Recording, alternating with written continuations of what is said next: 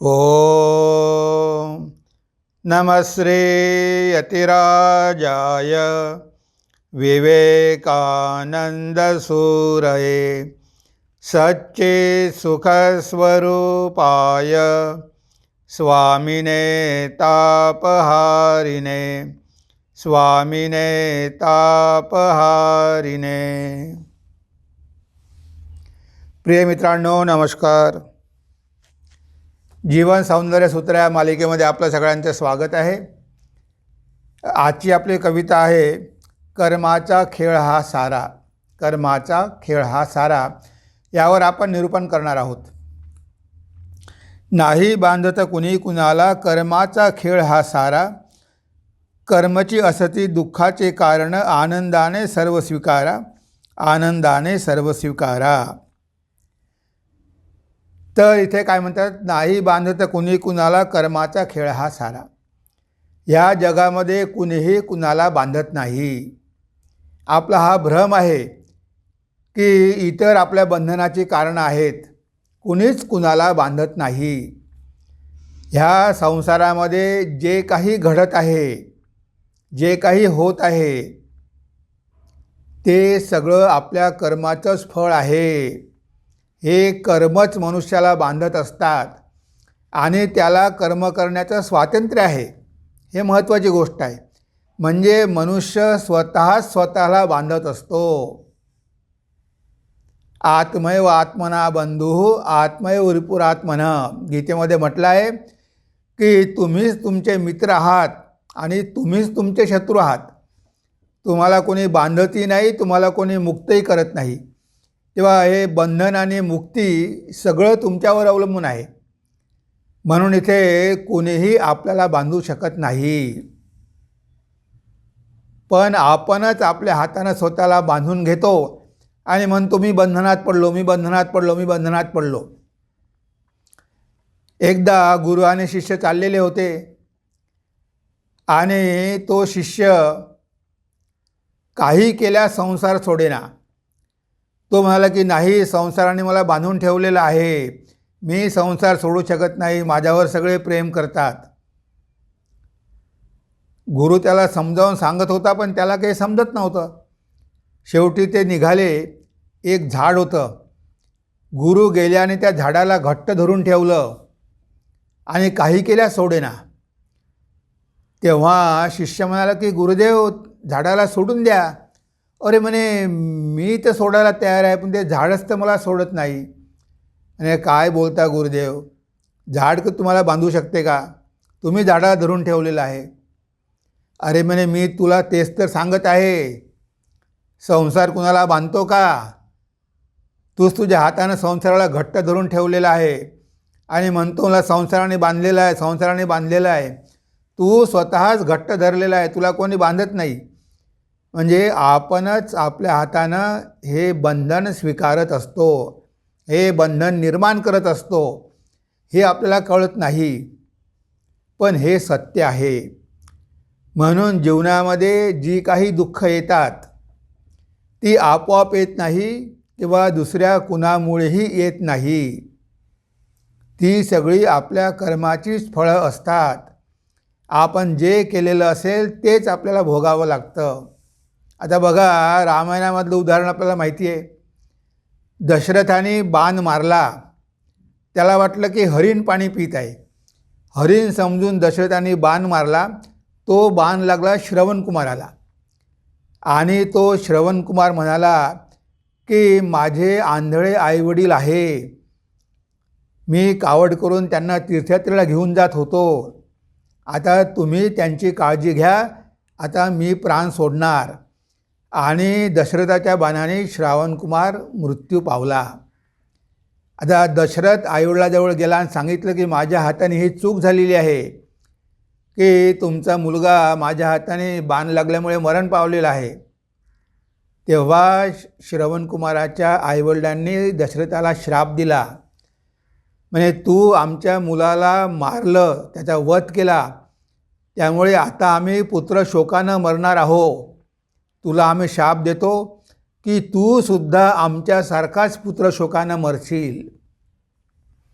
आणि बघा, भगवान रामचंद्र वनवासामध्ये गेले, दशरथाला पुत्रशोक झाला आणि शेवटी त्यामध्येच दशरथाचा मृत्यू झाला. म्हणजे बघा, कर्माचं फळ मिळाले की नाही. तुम्ही त्या श्रवणकुमाराला मारल्यामुळे त्याच्या आईवडिलांना शोक झाला, तुम्हाला ते कर्म बरोबर मिळालं. तुमच्या मुलामुळे तुम्हाला शोक झाला आणि तुम्ही पण पुत्रशोकानंच गेले. म्हणजे इथे एकदम स्पष्ट आहे की जे काही होतं ते आपल्या कर्माचंच फळ असतं. इतरांवर दोष देऊन काहीही उपयोग नाही. त्यामुळे आता ते कर्म तर होऊन गेले, आपण बदलू शकत नाही. आता भूतकाळ होऊन गेला, पण आता त्याची फळं आपल्याला भोगावी लागणार आहे. आता ती सगळी फळं आपण आनंदानं स्वीकारली पाहिजे. आता कुरकुर करून काही उपयोग नाही. उपयोग काय आहे? कुरकुर करून, शोक करून, रडून काही उपयोग आहे का? जे व्हायचं ते झालं. त्याची कर्माची फळं कोणीही टाळू शकत नाही. जसं पेराल तसंच उगवेल. आता आपल्याला ती सगळी कर्माची फळं भोगावी लागणार आहे. आता जर भोगावी लागणारच असेल तर मग रडत रडत भोगण्यापेक्षा आनंदाने का भोगू नये? कारण आपण टाळू तर शकत नाही. मग आता जे अपरिहार्य आहे, मग त्याचा आनंदानं स्वीकार करायला पाहिजे. जीवनामध्ये दुःख करण्याचं कारण काय आहे? कारण आपणच कारणीभूत आहो ना. मग आता आपण केलेलं आहे, आता आपण केलेलं आहे, मग आपण आता कशाला रडायचं? जे केलेलं आहे ते मिळत आहे. चांगलंही मिळेल आणि वाईटही मिळेल, दोन्ही गोष्टी मिळतील. असं नाही की आपण सगळंच काही वाईट केलं. आपण बऱ्याच चांगल्या गोष्टी पण केल्या आहे. ती चांगली फळं पण आपल्याला मिळतील. तेव्हा सुख आणि दुःख दोनही येतील. पण विचलित होऊ नका.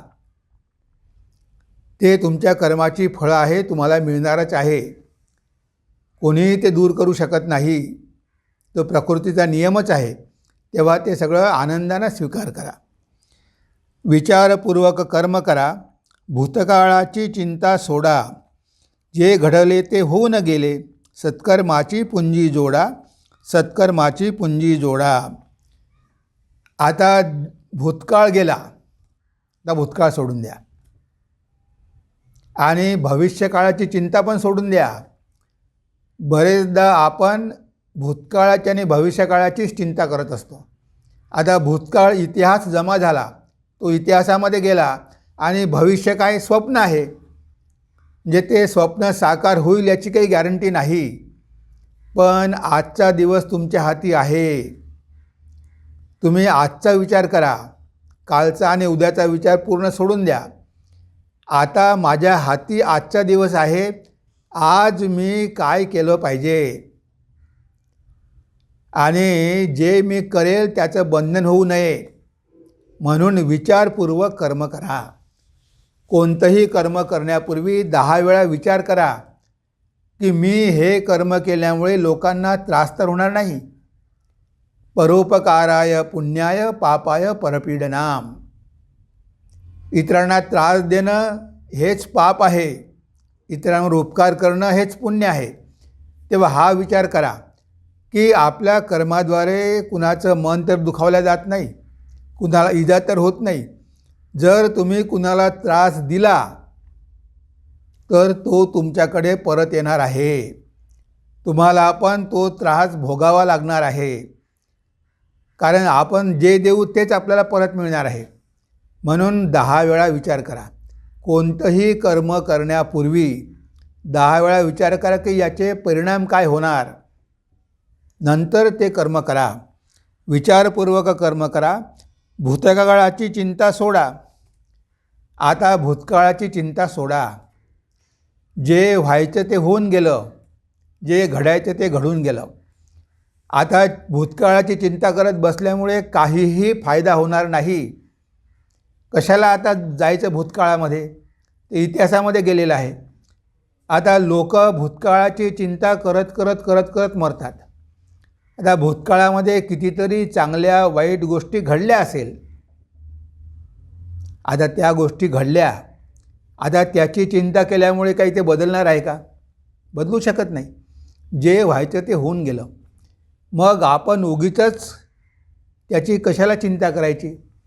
त्या गोष्टींची चिंता करून आपण कशाला दुःखित व्हायचं? जे गेलं ते गेलं. आता ज्याचं आयुष्य जेवढं असेल तेवढे वर्ष तो जगेल आणि जाईल. आता आपण दुःख करतो कारण माझा मुलगा होता, माझा पती होता, माझी पत्नी होती. हे मी आणि माझं कोणीही कुणाचं नाही, पण या मी आणि माझेमुळे आपण दुःख भोगत असतो. कोणीही कुणाचं नाही. त्यांच्या कर्माप्रमाणे त्यांनी जन्म घेतला, त्यांच्या कर्माप्रमाणे त्यांचं आयुष्य तेवढंच होतं, ते गेले. आता आपण आपलं बघायचं.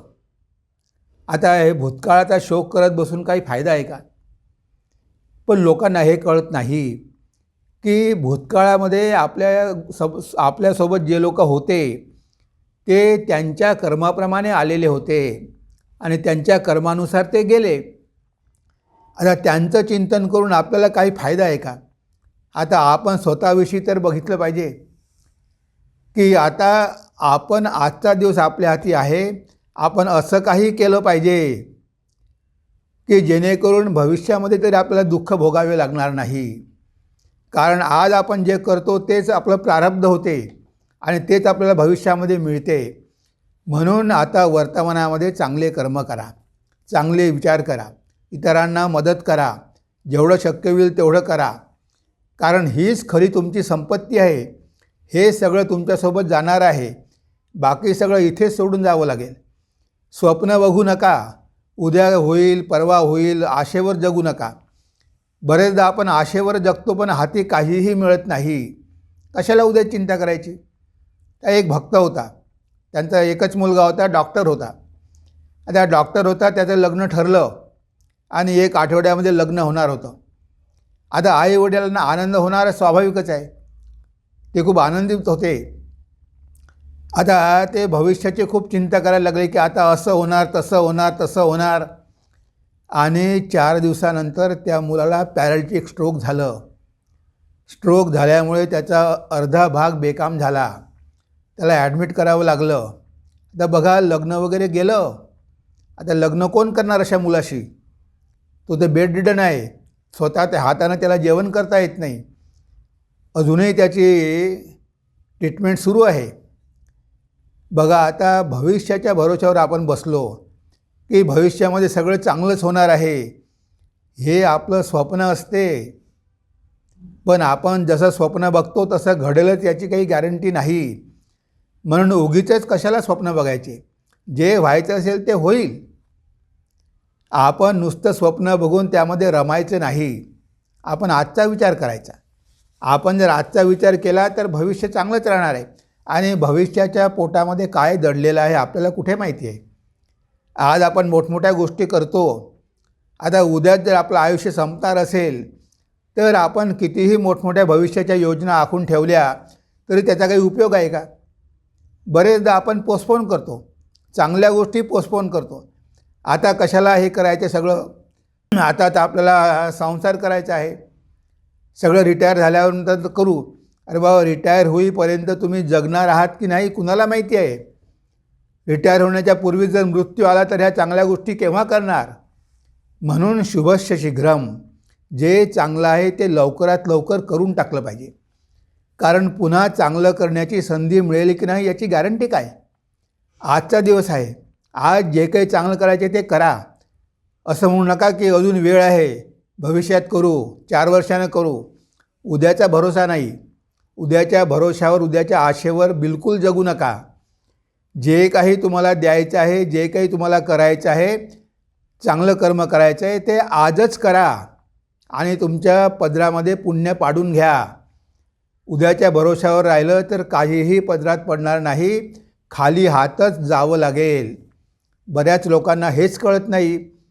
त्यामुळे ते भविष्याच्या भरोशावर जगत असतात आणि भविष्याचा काही भरोसा नाही. काहीही प्राप्त न करता त्यांना हे जग सोडावं लागते. त्यांना कल्पना नसते की आपला मृत्यू येऊन ठेपलेला आहे. त्यांना माहिती नसते. ते आपले 20 वर्षाचे 15 वर्षाचे स्वप्न बघत असतात, पण त्यांचं आयुष्य एका वर्षामध्ये संपते.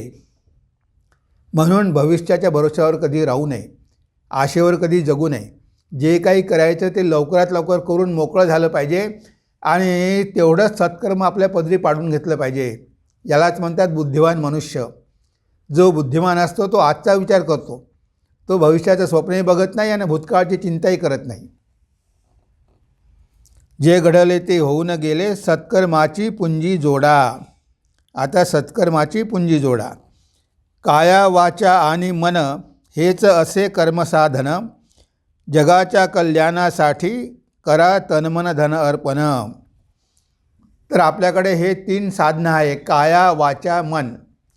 ह्या 3 साधनांद्वारे ह्या जगामध्ये आपण कर्म करत असतो. विचारसुद्धा एक कर्मच आहे, आपण बोलतो ते सुद्धा एक कर्मच आहे, आणि आपण जे काही करतो ते सुद्धा कर्मच आहे. तेव्हा ह्या 3 गोष्टीवर आपलं पूर्ण नियंत्रण पाहिजे. ह्या 3 गोष्टीमुळेच पाप आणि पुण्य घडत असते. ज्या व्यक्तीचं काया वाचा मनावर नियंत्रण आहे त्या व्यक्तीच्या हातून कधीही वाईट गोष्ट घडू शकणार नाही. म्हणून तुम्ही शरीराद्वारे जे काही करता ते बघा की तुम्ही जे काही करता ते जगाच्या कल्याणासाठी आहे, तुमच्या स्वार्थासाठी नाही. स्वतःच्या स्वार्थासाठी लोकांचे गळे कापू नका, लोकांची फसवणूक करू नका, लोकांची पिळवणूक करू नका. कारण तुम्ही तसं जर कराल तर शेवटी तुमच्या नशिबामध्ये दुःखच येणार आहे. म्हणून धर्माचं आचरण करा, धर्माच्या मार्गाने पैसे कमवा, आणि तुम्ही जे काही कमावता त्यामध्ये इतरांना पण काहीतरी मदत करा. फक्त स्वतःच्या उपयोगासाठी कमावू नका. कारण ह्या जगाचं पण आपण ऋणी आहो. ह्या जगाकडून कितीतरी चांगल्या गोष्टी आपण शिकलेलो आहो. तेव्हा या समाजाचं ऋण फेडणं आपलं कर्तव्य आहे. फक्त आपण खूप पैसे कमवायचे, ऐशआरामात राहायचं आणि समाजाकडे, लोकांकडे, देशाकडे ढुंकूनही बघायचे नाही, असं आपण कधीच करू नये. म्हणून तुम्ही पैसे कमवा, धर्माच्या मार्गाने पैसे कमवा, आणि जेवढं काही करता येईल जगाच्या कल्याणासाठी तेवढं करण्याचा प्रयत्न करा. तुमची जेवढी ऐपत असेल तेवढं करा. पैसेच दिले पाहिजे असं नाही. तुम्ही लोकांना शिकवू शकता, औषध देऊ शकता, तुम्ही डॉक्टर असाल तर फ्री ट्रीटमेंट करू शकता. म्हणजे तुमच्याकडे जे काही ज्ञान असेल त्या ज्ञानाचा उपयोग करून तुम्ही समाजाची सेवा करू शकता. प्रत्येकजण आपापल्या परीनं सेवा करू शकतो आणि तेच आपण करायला पाहिजे. आपण ते करत नाही.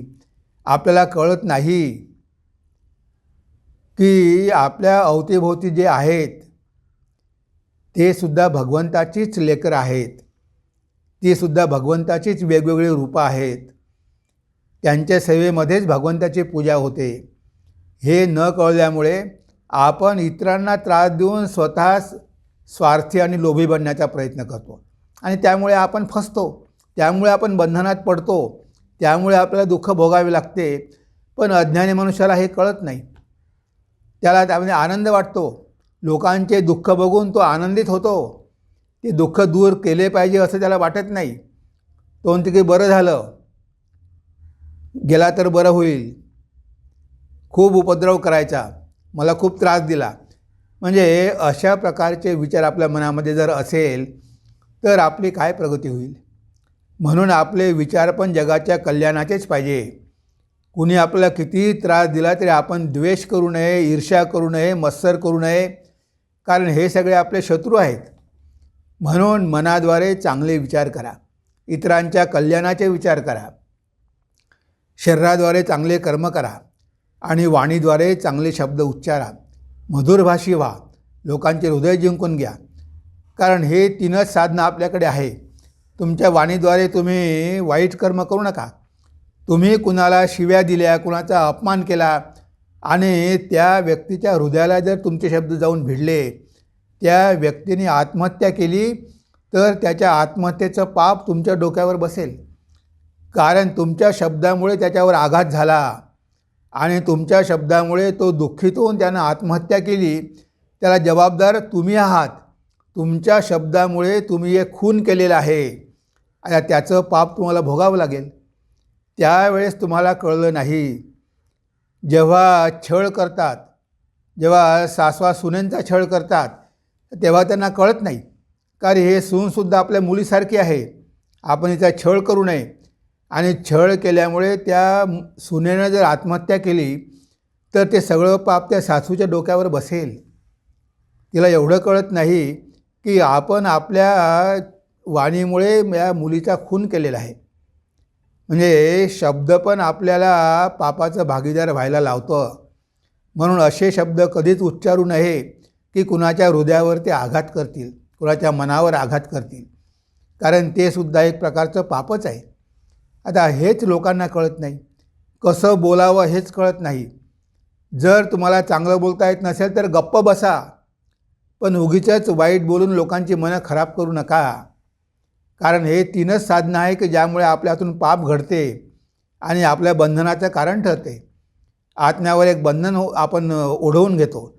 तेव्हा ह्या 3 गोष्टीवर नियंत्रण ठेवा. विचारपूर्वक त्याचा वापर करा. जगाच्या कल्याणासाठीच वापर करा, स्वतःच्या स्वार्थासाठी नव्हे. आणि जर तुम्ही काही चांगलं करू शकत नसाल तर गप्प तरी बसा, वाईट तरी करू नका. कारण जर तुम्ही वाईट कराल तर ते व्याजासहित तुम्हाला परत मिळेल. मग तुम्हाला कोणीही मदत करू शकणार नाही, कुणीही तुम्हाला त्यामधून सोडवू शकणार नाही, डॉक्टरसुद्धा तुम्हाला वाचवू शकणार नाही. म्हणून बघा किती आपण सावध राहिलो पाहिजे. एवढं तर मनुष्याला कळलं पाहिजे. तर यासाठी काही खूप शास्त्र वाचावी लागतात का? यासाठी काही ग्रंथ वाचावे लागतात का? हा तर कॉमन सेन्स आहे. आपण जे करू तेच आपल्याला मिळणार आहे. हे जर मनुष्याला समजलं तर तो या जगामध्ये वाईट गोष्टी कशाला करेल? त्याला माहिती आहे की सगळं नश्वर आहे. एक दिवस आपण पण जाणार आहोत. ज्या लोकांनी आपल्याला त्रास दिला ते लोक पण जाणार आहे आणि ते कितीतरी लोक निघून पण गेले आहे.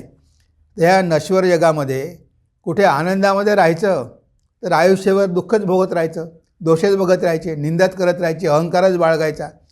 याच्यामध्ये काय बहादुरी आहे? याच्यामध्ये काय पुरुषार्थ आहे? पण लोकांना तेच आवडतं. ह्या जुन्या गोष्टी सोडून टाकायला ते तयारच नसतात. अशी आहे आपली अवस्था. गहना कर्मणो गती सांगती गीतेत भगवान, कर्मफलाची आस सोडता होत नाही काही परिणाम, होत नाही काही परिणाम. तेव्हा कर्माची गती कशी आहे? गहन आहे. बरेचदा आपल्याला वाटतं की आपण चांगलं कर्म करत आहोत, पण कधीकधी त्या कर्मामधून सुद्धा वाईट गोष्टी उत्पन्न होतात. आता तुम्ही करायला गेले चांगलं, त्यामधून वाईट निर्माण झालं, त्याचं फळ कुणाला भोगावं लागेल? तुम्हालाच भोगावं लागेल. का? कारण तुम्ही ते स्वार्थासाठी केलेलं आहे. तुम्ही फळाची आशा ठेवून केलेलं आहे. तुम्ही 100 लोकांना जेवण दिलं, तुम्ही 100 लोकांना जेवण दिलं, श्राद्धाला बोलावलं, तुमचा उद्देश काय आहे? 100 लोकांना आपण अन्नदान केलं तर आपल्याला पुण्य मिळेल. म्हणजे आपल्याला पुण्य मिळावं, आपलं कल्याण व्हावं, आपली परिस्थिती चांगली व्हावी, आपल्याला श्रीमंती यावी, ह्या सगळ्या आशा मनामध्ये बाळगून तुम्ही 50 लोकांना जेवण दिलं. म्हणजे त्या जेवण देण्यामागे तुमची इच्छा आहे, तुमची कामना आहे, तुम्हाला काहीतरी अपेक्षित आहे. आणि समजा ते जेवण करून जर 50 लोकांना विषबाधा झाला, फूड पॉयझनिंग झालं, त्यामधला एखादा मनुष्य दगावला, त्याचं पापसुद्धा तुम्हाला घ्यावं लागेल. कारण तुम्हाला जर पुण्य पाहिजे असेल तर पापही घ्यावंच लागेल.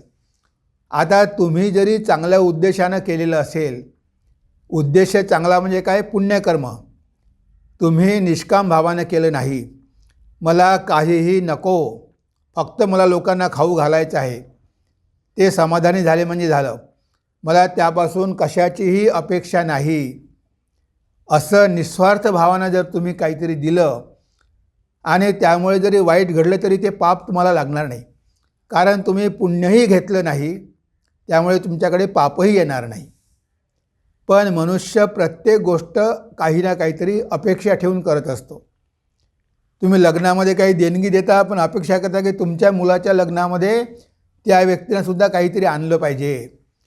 म्हणजे कोणतीही गोष्ट दानामध्ये देताना आपल्या मनामध्ये काही ना काही कामना असतेच.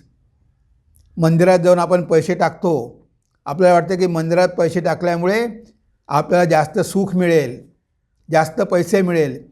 म्हणजे काही ना काही कामना ठेवून जेव्हा आपण कर्म करतो तेव्हा त्या कर्मामधून चांगल्या गोष्टी उत्पन्न व्हायला पाहिजे, पण कधीकधी वाईट गोष्टी पण उत्पन्न होतात. आता तुम्ही जेवण दिलं, चांगली गोष्ट आहे, तुम्ही 100 लोकांना भोजन दिलं, पण त्यामुळे जर लोकांना फूड पॉयझनिंग होऊन जर लोक मेले तर ते पापसुद्धा तुम्हालाच घ्यावं लागेल, कारण तुम्हाला त्यापासून पुण्य पाहिजे. आता तुम्ही पुण्य करायला गेले पण आता तुम्हाला पाप मिळालं. अशी असते कर्माची गती. म्हणून म्हटलं आहे की गहना कर मनोगती. कर्माची गती फार गहन आहे. म्हणून कसल्याही प्रकारची कामना न ठेवता जर तुम्ही कर्म केलं तर पाप आणि पुण्य दोन्ही तुम्हाला लागणार नाही. त्यामुळे तुमचं मन शुद्ध होईल, तुमचं मन पवित्र होईल. मला काहीच अपेक्षा नाही. लोकांना फक्त दान करणं, त्यांना आनंदित करणं, त्यांचे दुःख दूर करणं, याच्या पलीकडे मला काहीच पाहिजे नाही. त्या बदल्यात मी काहीही अपेक्षा करत नाही की माझ्या वडिलाला स्वर्ग मिळावा, माझे वडील तिथे गेले, चांगल्या लोकात गेले पाहिजे, त्यांचं कल्याण झालं पाहिजे किंवा मला काहीतरी फायदा झाला पाहिजे. अशा भावनेनं जर तुम्ही करत असाल तर त्यापासून होणारे दुष्परिणामसुद्धा तुम्हाला घ्यावे लागतील. नुसती चांगली कर्म मिळणार नाही, पण वाईट फळं पण तुम्हाला मिळतील. म्हणून खूप सावधान. गहना कर्मणो गती सांगती गीतेत भगवान. गीतेमध्ये भगवंताने म्हटलं आहे की गहना कर्मणो गती. कर्माची गती फार गहन आहे, आपल्याला कळत नाही. आपण चांगल्या हेतूनं करतो, पण त्यामधूनसुद्धा काही ना काही वाईट गोष्टी निर्माण होतातच. कर्मफलाची आस सोडता होत नाही काही परिणाम. पण जर त्या कर्मामागे कोणत्याही फळाची अपेक्षा नसेल तर मग मात्र आपल्याला पाप आणि पुण्य दोन्ही स्पर्श करू शकणार नाही, कारण तिथे आपण पुण्याची अपेक्षाच केली नाही. आता जर पुण्याची अपेक्षा केली नाही तर पापही येणार नाही. पण तुम्ही जेव्हा कर्मफलाची अपेक्षा करता तेव्हा तुम्हाला चांगलं आणि वाईट दोन्ही फळं घ्यावी लागतात, मग तुम्ही नाकारू शकत नाही. म्हणून गहना कर्मणो गती. आपल्याला वाटते की आपण चांगलं करत आहोत, पण त्या चांगल्यामधूनसुद्धा कधीकधी वाईट निर्माण होतात आणि त्या वाईटाचे परिणामसुद्धा आपल्यालाच घ्यावे लागतात. आपण टाळू शकत नाही. म्हणून कधीही अपेक्षा ठेवून कर्म करू नका. निस्वार्थपणे कर्म करा. स्वतःचा मुळी स्वार्थ ठेवू नका. मग तुम्ही त्या कर्मामुळे बांधल्या जाणार नाही. तुम्हाला पापही लागणार नाही आणि पुण्यही लागणार नाही. म्हणजे कर्मापासून तुम्ही मुक्त व्हाल, कर्मबंधन राहणार नाही. पण कसलाच स्वार्थ बाळगू नका. जन्म मृत्यू नाही सुटणार, जोवर असे मनी अभिमान. कर्तेपण सोडून द्यावे, राहावे प्रभूचा दास होऊन. राहावे प्रभूचा दास होऊन. तर जन्ममृत्यू नाही सुटणार, जोवर असे मनी अभिमान. जोपर्यंत आपल्या मनामध्ये अभिमान आहे, जोपर्यंत आपल्या मनामध्ये कर्ता असा भाव आहे की मी हे कर्म करतो आहे, मी एवढं सगळं केलेलं आहे, मी एवढं घर बांधलेलं आहे, मी एवढं पुण्य केलेलं आहे, याला काय म्हटलं आहे? अहंकार म्हटलं आहे. म्हणजे स्वतःचं नाव मोठं करण्यासाठी तुम्ही हे सगळं केलेलं आहे आणि कर्ताभाव ठेवून मी केलेलं आहे, मी मी मी.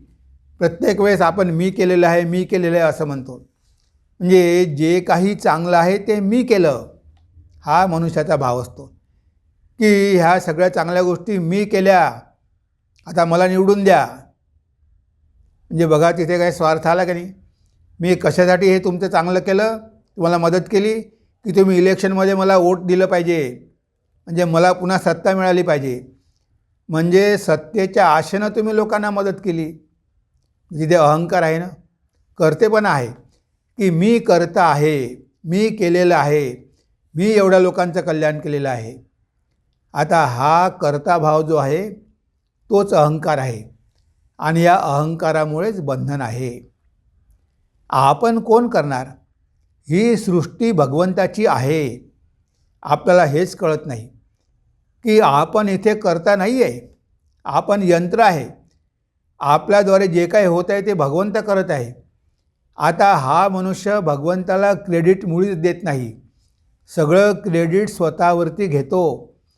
की मीच सगळं केलेलं आहे, मीच सगळं केलेलं आहे. आपण काय करू शकतो? आपल्यामध्ये सामर्थ्य आहे का? आपल्यामध्ये काहीही करण्याचं सामर्थ्य नाही. कारण ह्या शरीरामध्ये चैतन्य आहे, ह्या शरीरामध्ये भगवान आहे आणि म्हणून शरीर जिवंत आहे. म्हणजे त्या चैतन्याचं अस्तित्व तुमच्या हृदयामध्ये आहे, म्हणून तुम्ही सगळं करू शकता. तुम्ही बोलता, तुम्ही काम करता, तुम्ही सगळं करता, तुम्ही बघता, तुम्ही ऐकता. हे सगळं कशामुळे? हे सगळं त्या भगवंतामुळे. त्याचं अस्तित्व तर ओळखा. मनुष्य मेल्यानंतर काय होतं? तो काहीच करू शकत नाही, कारण त्याच्यामधला भगवंत निघून गेलेला असतो. आता हे आपल्याला कळत नाही की भगवंतच आपल्याद्वारे कर्म करतो, तोच आपल्याला चांगले कर्म करण्याची बुद्धी देतो. जर हे मनुष्याला कळलं तर तो अहंकार मुळीच बाळगणार नाही. प्रभू मी नाही, तूच केलेला आहे, मी काहीच करू शकत नाही, मी कठपुतली आहे, माझ्यामध्ये काही करण्याचं सामर्थ्य नाही, तू माझ्याकडून हे सगळं करून घेतलं म्हणून हे झालं. म्हणजे आपण स्वतः कर्तेपणा सोडून द्यायचा. मी भगवंताचा दास आहे, भगवंताने माझ्याकडून त्यांचं कार्य करून घेतलेलं आहे, असा भाव नेहमी आपल्या मनामध्ये पाहिजे की हे सगळं कर्म जे आहे ते भगवंताचंच आहे, कारण ही सृष्टी भगवंतच चालवत असतो. देवाचा संसार तोची चालवितो, कर्तृत्वाचा अभिमानात जीव मिरवितो. हा संसार देवाचा आहे, तोच चालवतो, पण हा मनुष्य मी करता मी करता मी करता म्हणतो. भगवान श्रीरामकृष्ण एक गाणं म्हणायचे, तोमार कर्म तुम्ही करो मा, लोके बोले करी आम्ही. आई हे सगळं कर्म तुझं आहे आणि तूच करते आहेस, पण लोक म्हणतात की मी करतो आहे, मी करतो आहे, मी करतो आहे. लोक काय आहे? कठपुतली आहे, दोरी त्याच्या हाती आहे. तो जसा नाचवेल तसा आपण नाचतो, आपल्याला कुठे स्वातंत्र्य आहे? पण लोकांना हे अहंकारामुळे त्यांना हे कळत नाही. त्यांना वाटतं की ते स्वतंत्र आहे, काही करू शकतात. तर हा कर्तेपण आणि अहंकार सोडला पाहिजे. मी प्रभूचा दास आहे. स्वामी विवेकानंदांनी एवढं कार्य केलं, पण सगळंच्या सगळं क्रेडिट त्यांनी आपल्या गुरुला दिलं. श्री रामकृष्णांचा मी दास आहे, त्यांनी माझ्याकडून त्यांचं काम करून घेतलं, असा भाव पाहिजे. मी करत आहे, मी केलेलं आहे, मी करणार आहे. हा मी जो आहे ना तोच डेंजरस आहे. हा मी म्हणजे अहंकारच आहे आपला, आणि आपण अहंकार वाढवण्याचा प्रयत्न करतो. त्याला कमी करण्याऐवजी तो अहंकार वाढतच जातो, आणि मग तो अहंकार वाढला की त्याला आपण कंट्रोल करू शकत नाही. बघा, एक साधू होता आणि तो ध्यान करायला बसला की उंदीर यायचा, आणि तो उंदीर येऊन साधूच्या अवतीभोवती फिरायचा. आता साधूचं पण त्या उंदरावर प्रेम जडलं. एक दिवस एक मांजर आली. तो उंदीर पळत पळत येऊन साधूजवळ लपला. तेव्हा साधूला त्या उंदराची दया आली. त्यानं त्याला म्हटलं की तू बोका हो. आता तो उंदीर बोका झाला, आणि बोका झाल्याबरोबर ती मांजर घाबरली आणि पळून गेली. आता बोका झाला, आनंदामध्ये होता. पण एक दिवस वाघ आला आणि वाघाने बोक्यावर अटॅक करायला सुरुवात केली. तेव्हा या साधूला दया आली. तर या साधूनं त्या बोक्याला सिंह केलं, आणि सिंहाला बघितल्याबरोबर वाघ एकदम पळून गेला. वाघ घाबरला, आणि आता तो उंदीर सिंह झाला. आता त्या सिंहाला वाटलं की या साधूनं मला उंदरापासून तर सिंह केलं, पण पुन्हा कधी मला उंदीर करेल काही भरोसा नाही. म्हणून त्यानं त्या सिंहानं त्याचा एवढा अहंकार वाढला की त्या साधूवरच अटॅक केला. आता साधूला वाटलं की अरे बघा, मी याला उंदरापासून सिंह केलं आणि आता हा माझ्यावरच अटॅक करतो. त्याने कमंडलूतलं पाणी घेतलं, त्या सिंहावर फेकलं आणि म्हणाला की पुनर्मुशिको भव, पुन्हा उंदीर हो. आणि तो सिंह पुन्हा उंदीर झाला.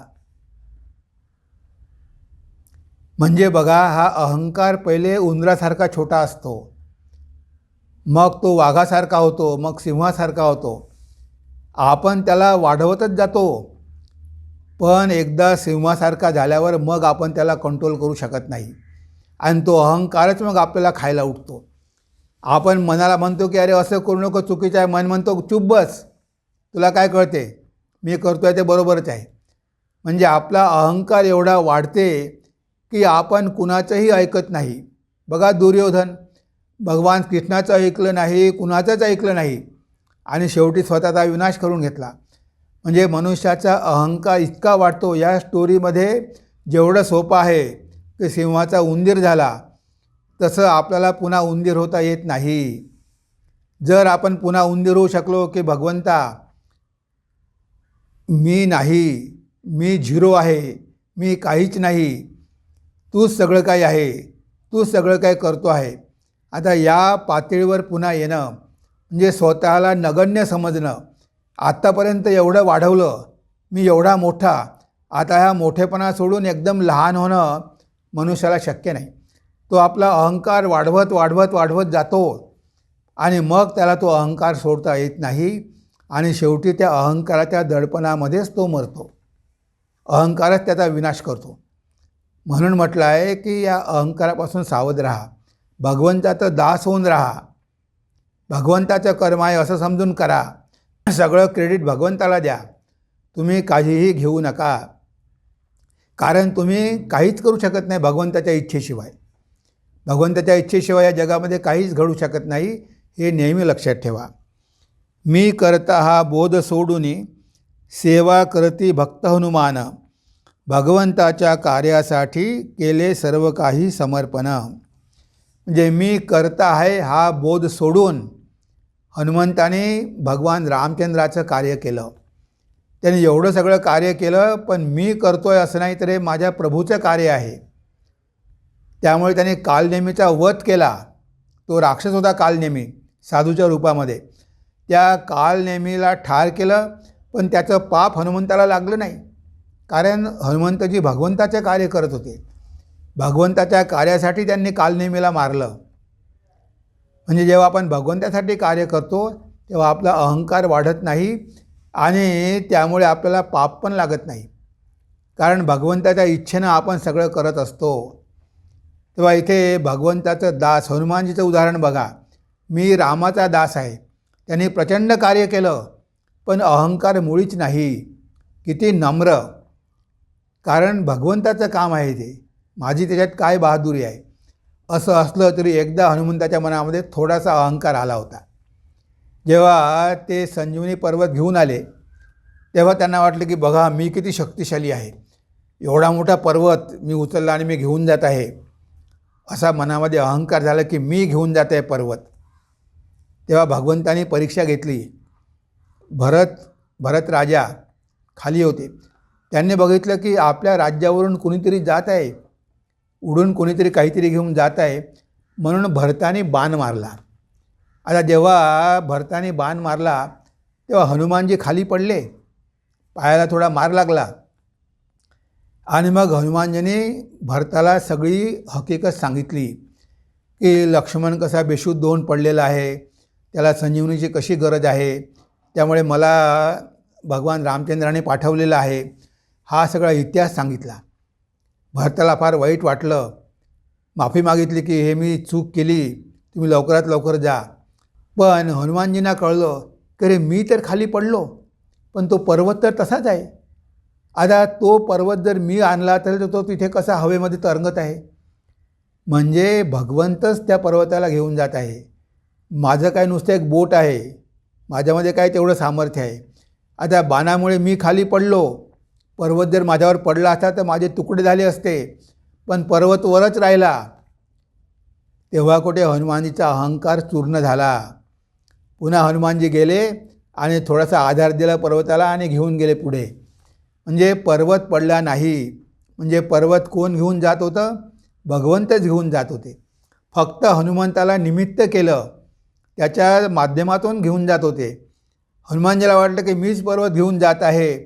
लगेच त्यांना दाखवून दिलं की नाही, तू काहीच करू शकत नाही, सगळं काही मीच करतो आहे. हा भाव मनामध्ये ठेवून जर आपण या जगामध्ये राहिलो तर आपल्याला कोणीही बांधू शकत नाही. म्हणून ही कविता आपण एकदा वाचून घेऊ आणि आपण आपल्या चिंतनाला विराम देऊ. नाही बांधत कुणी कुणाला, कर्माचा खेळ हा सारा. कर्मची असती दुःखाचे कारण, आनंदाने सर्व स्वीकारा. विचारपूर्वक कर्म करा, भूतकाळाची चिंता सोडा. जे घडले ते होऊन गेले, सत्कर्माची पुंजी जोडा. काया वाचा आणि मन हेच असे कर्मसाधन. जगाच्या कल्याणासाठी करा तन्मन धन अर्पण. गहना कर मनोगती, सांगते गीतेत भगवान. कर्मफलाची आस सोडता होत नाही काही परिणाम. जन्म मृत्यू नाही सुटणार, जोवर असे मनी अभिमान. कर्तेपण सोडून द्यावे, राहावे प्रभूचा दास होऊन. मी करता हा बोध सोडून, सेवा करती भक्त हनुमान. भगवंताच्या कार्यासाठी केले सर्व काही समर्पण, केले सर्व काही समर्पण. तेव्हा आज आपण इथेच थांबूया. नमस्कार, धन्यवाद. ओम सर्वे भवन्तु सुखिना, सर्वे सन्तु निरामया, सर्वे भद्राणि पश्यन्तु, मा कश्चित् दुःखभाग् भवेत्, मा कश्चित् दुःखभाग् भवेत्. ओम शांति शांति शांति. हरि ओम तत्सत्. श्रीरामकृष्णार्पणमस्तु.